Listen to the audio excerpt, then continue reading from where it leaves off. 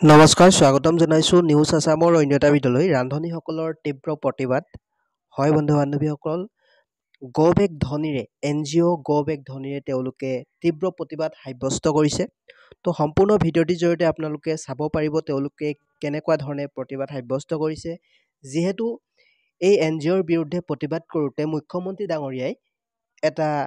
কঠোৰ নিৰ্দেশনা দিছিল যে যোনে যোনে প্ৰতিবাদ কৰিব তেওঁলোকৰ কিন্তু চাকৰি যাব কিন্তু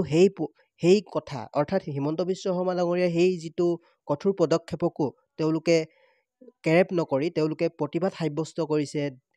প্ৰত্যেক দিনাই হয় বন্ধু বান্ধৱীসকল এই ভিডিঅ'টি হৈছে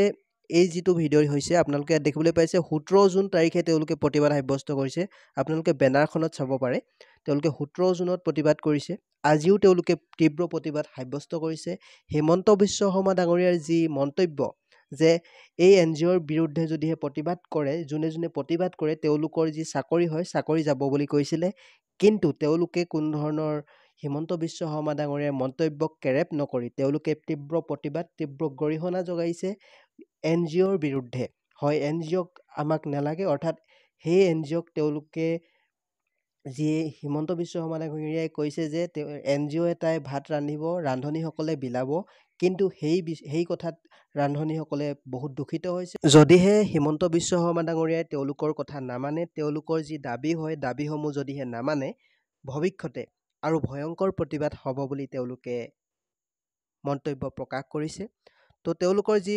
অলপ তেওঁলোকৰ প্ৰতিবাদ আপোনালোকে প্ৰতিবাদ অলপ চাই ল'ব পাৰে কেনেকুৱা ধৰণে মন্তব্য প্ৰকাশ কৰিছে